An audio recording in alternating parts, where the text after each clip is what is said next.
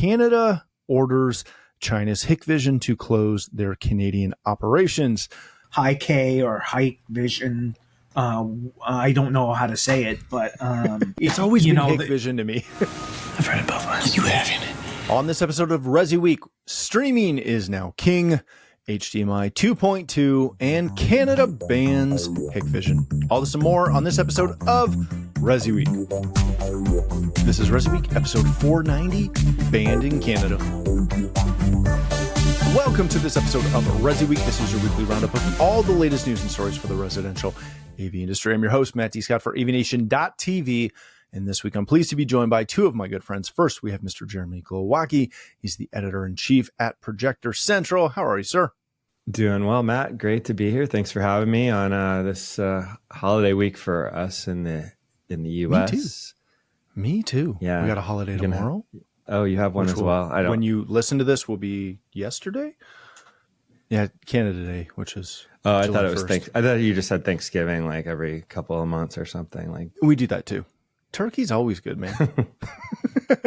Then we got my good friend, Mr. Bob Archer. He's the senior editor over at CE Pro. How are you, sir? Awesome. And yourself, Matt? I am doing fantastic. As Jeremy said, I'm getting ready to celebrate 2 holidays in 1 week. All right, let's kick this off with a story that comes to us from CE Pro. It's official. Streaming is king, and one provider rules above all others. This is not the one you expect either. Go read through the article. It's based on a Nielsen Gauge report that is showing that for the first time ever, streaming accounted for 44.8% of TV viewership, whereas broadcasting cable garnered only 20.1% and 24.1% respectively. So 44.2% of all TV viewership. Again, that's been on a huge rise for the last number of years. The most interesting thing that we've pulled out of this, though, is that one company, one streaming provider, sort of kind of took the cake on this, whereas YouTube, as far as YouTube main, which is a term I've not yet heard, but they're referring to the YouTube homepage, essentially, or streaming app, not YouTube TV, which is a different entity. That viewership has grown 120% since 2021 and represented 12.5% of all TV viewing in May. Jeremy, let me start with you on this one. Are you as surprised as I am that YouTube is kind of the juggernaut beating out Netflix, who's typically considered the number one player in this game, only getting 7.5%? Yeah, that's what jumped out at me by far. I was, like you, confused about the YouTube main terminology. I actually had to look that up and see if I was missing a streaming service that they'd introduced. But the fact that people are actually streaming programming, not just how-to videos and that sort of thing like I do, and get in rabbit holes researching random memories from the 70s and things that get carried away with, whatever it is. But people actually using it for programming like you would watch television is news to me, frankly. And I thought, streaming is definitely, taking over. Like this didn't seem like a surprise that it had passed. But of course, there's a lot of folks locked into the traditional way of watching television on cable systems. And it's hard to make that leap comfortably when you've been doing it for so long, even though it costs a lot more and you get all these channels you don't need and that sort of thing.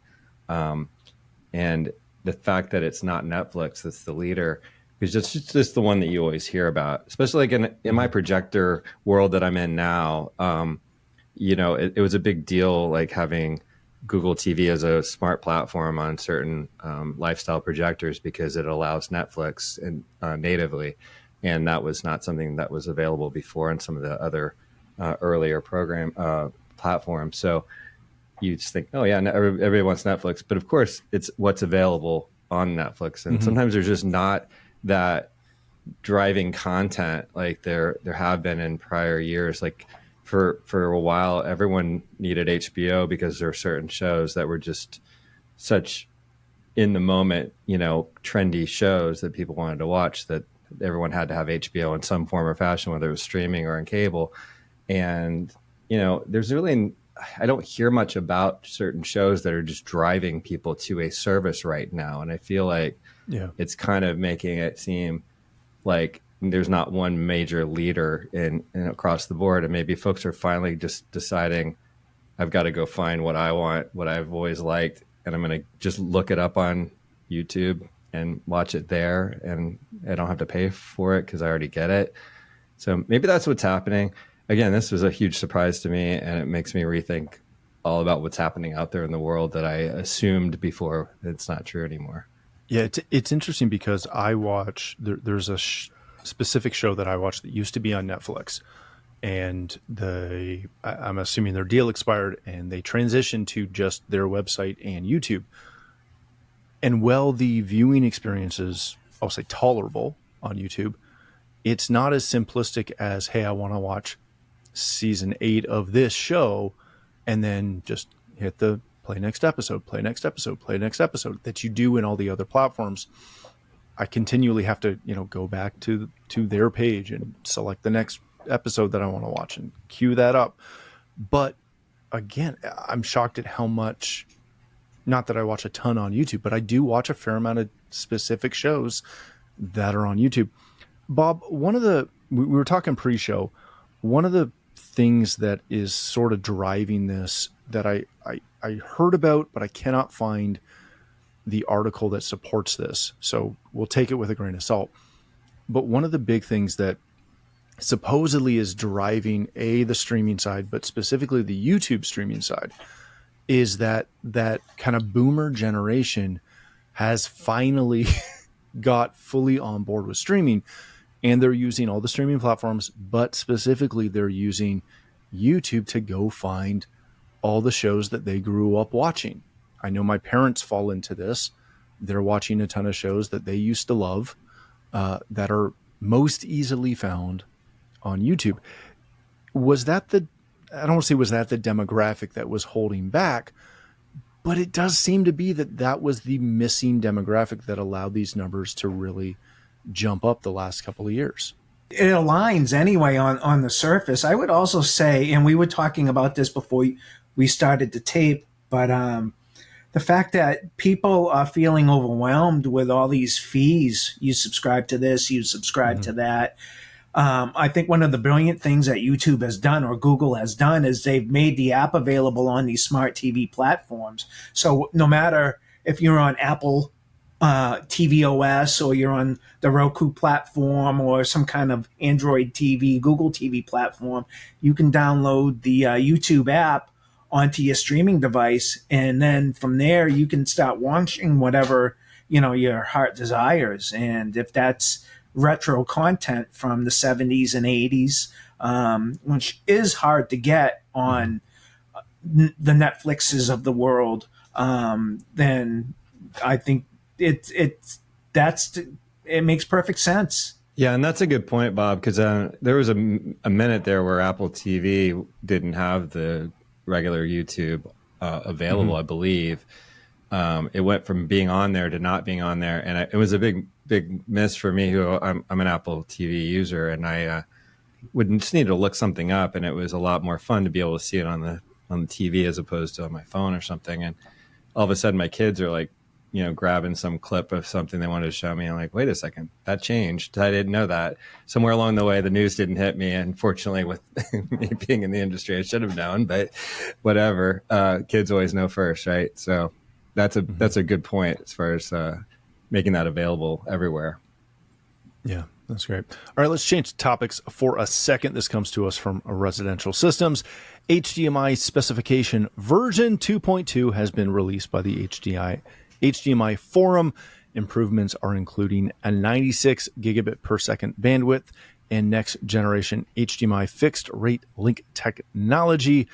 This is not a massive bump, I guess, but sort of a massive bump in terms of the numbers. 2.1 supported 48 gigabits. As I previously mentioned, 2.2 is going to support 96 gigabits, as well as they're doing a lot to work on the latency indication protocol to try and fix audio video sync, etc. Bob, let me start with you on this. I am aware and recognize that we are constantly moving forward with tech, obviously. I am trying to fully grasp the use case of 2.2. They're saying that the 96 gigabit is going to allow supported resolutions and refresh rates of 12K at 120, 16K at 60, allowing 8K at 60 in 444 color space, which makes my pro video self very, very happy. I just don't know where we're going to use that right now. What source devices do we have that allow 8K anything in all reality? Like, I know we have displays that do it, but is there a use case for this right now? Or is this future proofing for hopefully down the road? I think they are definitely looking over the horizon to what is next, because you are right. There is at this point, there is no need. There is no 8K content out there. I don't even know if there's public appetite for these higher performance figures. Maybe Jeremy's audience would want something like that, because they in a lot of ways are driving a lot of the standards that are developed, the file audience. But for most people, Bob in small town USA, they could care less. All they want is their streaming service to reliably stream without buffering. Yeah. And again, I recognize that there are gamers that use this in the pro world. I've got some friends that are filming in 8K. Again, as a niche market, I get that. Right. I still to this day have not seen a Yankee game in 4K. Most golf tournaments aren't in 8K or 4K. Most, like Wimbledon just started today. Tim, be very happy. I'm not watching it right now, but it's in high def. It's not in 4K, literally anywhere that I'm aware of. Are we going to use this, or is this going to become a niche? Like, have we hit the limit of what we're actually going to use for the foreseeable future for the general populace? I think it's one of those things where this is a consortium that has a mission and mandate to keep driving the market forward, and so they're doing that, and they're finding ways to, add ingredients, add resolution, add capabilities down the road, or to make the spec capable of that, and let the innovators innovate in terms of sources, display devices, all the connective tissue with audio and all that. It takes so long for the products to actually get developed, to find the, actually go to market opportunities. So I was talking to, just on a call with Epson about something new that's coming from them. And we were talking about, HDMI 2.1. And I said, while we're talking about HDMI 2.1, can you talk about how long would it be for something with 2.2, which has just been announced, to see something in the market? And he was saying, not on the record per se, don't quote me, so I'm not quoting him, but I said, just give me a ballpark. Are we talking like a year, 2 years, way down the road? And it's around 2 years before anything would start to be available. Now, what's it achieving? That's a good question. I don't think I have the answer to that yet. I do think that there's like a way that gaming kind of does give the opportunity for content, just because there's so much more that you can do just from a digital standpoint, just to create something that's cutting edge and whatever, pushing the envelope, so to speak. It's not those live events like you're talking about, sporting events and all that, obviously. I do like the idea of the sync pieces being kind of fixed, those problems. Yeah. So you're creating, you're solving problems. You're not just pushing the envelope. So maybe that is something that's very important that's not being achieved with 2.1. You said personally you've seen a lot of sync issues on Oh, we have sync projects. issues almost daily. It's ridiculous. So I like that being a goal of this. It doesn't, of course, it's not a, sexy kind of type of thing, but it's a problem solution to a problem. So good question. Hard to tell down the road. When you get to a point of, you just get a little cynical about what's the next big resolution, and you're not even getting there yet. And now we're changing the goal, to this other thing that's going to go beyond what the thing is we don't even have yet. So it gets frustrating. It gets confusing. I don't think the consumers who are trying to deal with this on their own would understand any of it. They want to buy their TV and have their, sound bar work with it and that type of thing. So it's definitely a pro thing to know about. And I think that there's just a lot here that is not going to be figured out until manufacturers start to implement it and get the pieces to work together.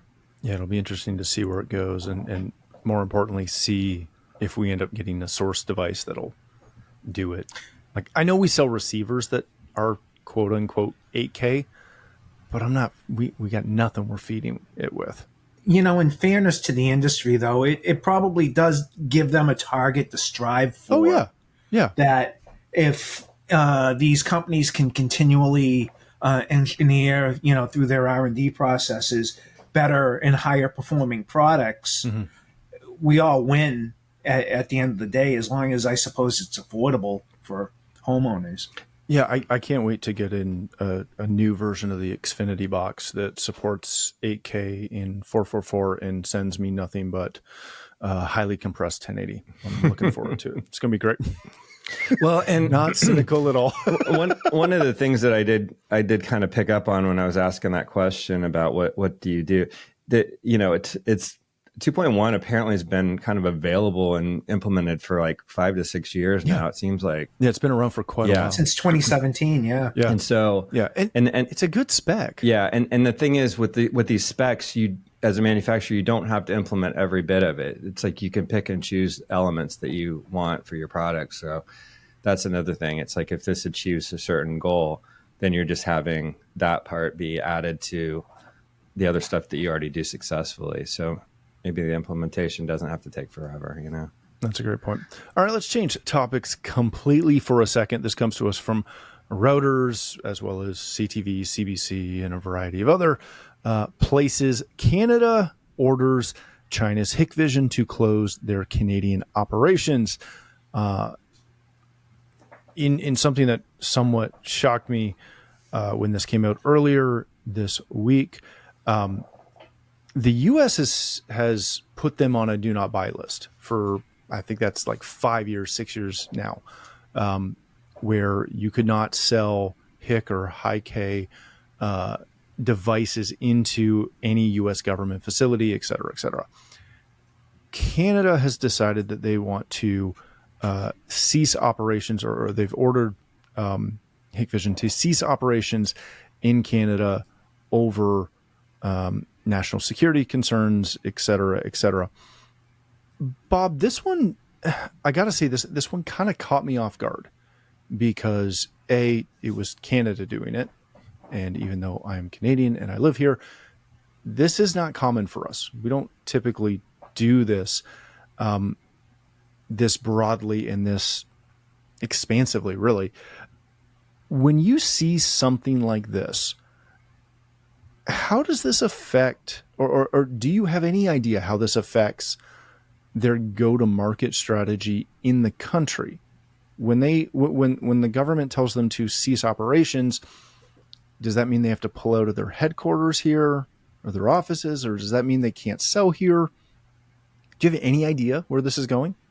I don't. I would say on the surface, all it means is that all they could do in theory is service existing product in the field. I know here in the U.S., a lot of security companies, the manufacturers, they'll market the fact that their product line is approved for government use. Right. There's a whole certification process that they have to go through with all of that. Obviously, high K or high vision I don't know how to say it, but It's always you been know, Hikvision to me.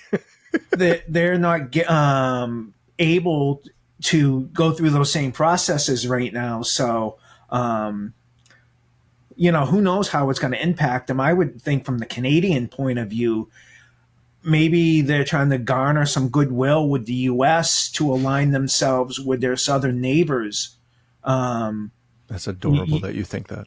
I love Yeah, It just seems considering it does seem so political, though. I mean, the timing is weird. That's what I. It's so odd. it's out of the blue. It's Yeah, like when did they suddenly get the intelligence that they needed to say this is a security threat that the U.S. had already determined, and I tend to like want to defend. I feel like China can be a boogeyman for things, and a political pawn from a competitive standpoint, and whoever's in charge needs to use them in certain ways or not use them in certain ways.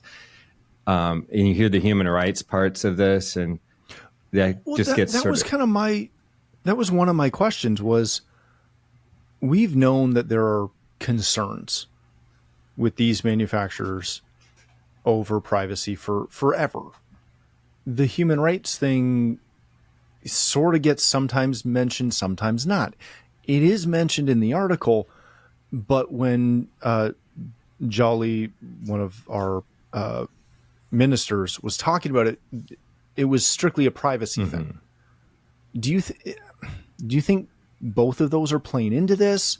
Do you think this is just political? Do you think all of a sudden they're concerned about privacy of Canadians all of a sudden? Yeah, I don't know what it's. The timing is so odd to me still, and I do truly believe that there are concerns, especially with AI, that the fact that it's been known that these cameras can monitor individuals across multiple places, whether they're connected at all or not, and that they can track individuals.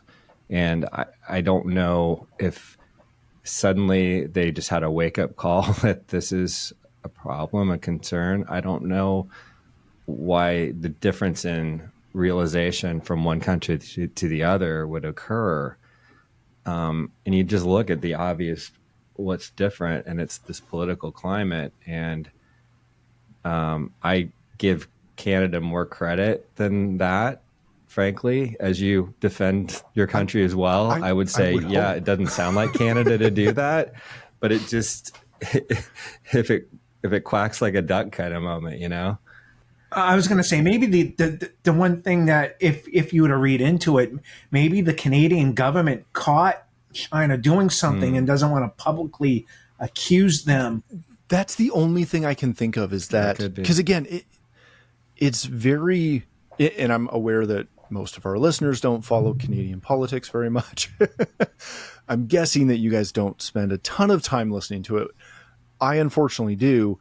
And this is a rarity. We just don't see this kind of response, especially in the marketplace, right? We'll see it on the political side, but on the marketplace, in the business world, the last time they did something this, shall we say, aggressive, was when they arrested the daughter of Huawei's CEO, I believe, like 4 or 5 years ago. Like it's very random. One of the other news outlets is reporting that Best Buy, Home Depot, and Lowe's have already pulled Hikvision, which again, I question that a little bit because we no longer have Lowe's in Canada as of last year, but who knows? Does this, I'll wrap with this, and either one of you can answer, or both can answer. Seeing this type of a report, does this concern either of you that the U.S. may follow suit? Or is it too big of an entity, potentially, for the U.S. to consider a cease operations order? Like to go beyond what they've already done, which is mostly government contract situations, like military and that type of thing. Yeah, it would be interesting to see that. It seems like beyond everything being government related, there have been other companies that have had similar situations where they've continued to sell consumer products in the country. Like Costco continues to do business with a competitor to Hikvision that had also security issues. Names not occurring to me right now, but we actually reviewed one of their home products, and my reviewer was like, "Yeah, I feel like kind of a renegade here doing this because this is basically banned in the USA, except it's not. It's just through the government stuff."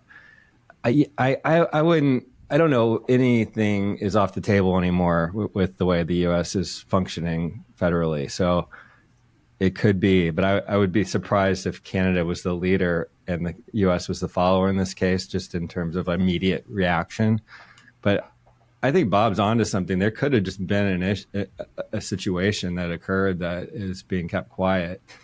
Maybe from a diplomatic standpoint, they don't want to mention it, but Yeah. it is a major thing to say you're not allowed to do business here. I don't know whether there are other examples of that. Does anything come to mind? I couldn't find anything off the top of my head, nor in a quick search. That doesn't sound like a normal thing at all. No. And I think that's what I found so interesting was when I first saw the headline, I assumed it was similar to what the U.S. did, where they put essentially a halt on being allowed to use any of those devices in a government or military, like anything government owned, you can't use that. And then when I read it, I'm like, hold on, they're trying to kick them out? So I reached out to a couple of my vendors who actually sell that, and none of them have responded to me. But outside of something that was essentially taken off the shelves for health reasons or, some sort of contamination, like that type of stuff, I cannot find anything where this has happened in the past. It's very interesting to see. So, all right, gentlemen, let's leave it there on that bright note.